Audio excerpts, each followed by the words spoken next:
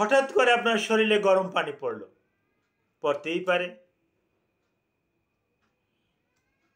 এই গরম পানি পড়ার পরিপ্রেক্ষিতে আপনার শরীরটা ঝলসে গেল। একটু পরেই আপনি দেখতে পারলেন ফোসকা পড়েছে, ফোসকার আকারটাও বড় হয়ে গেছে। ফোসকা ভাঙতে কার না ভালো লাগে?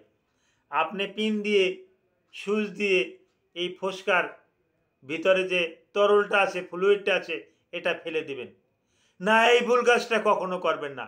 এই ফোসকার ভিতরে যে তরলটা জমে আছে, এটাকে আমরা চিকিৎসা বিজ্ঞানে ভাষায় বলি প্লাজমা।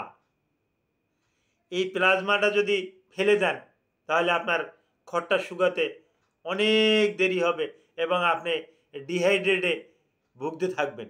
আপনার অটোমেটিক আপনি পোড়ার কারণে ডিহাইড্রেশন, আরও ডিহাইড্রেশন হয়ে যাবে। তো ফোসকা ভাঙবেন না। Thank you all.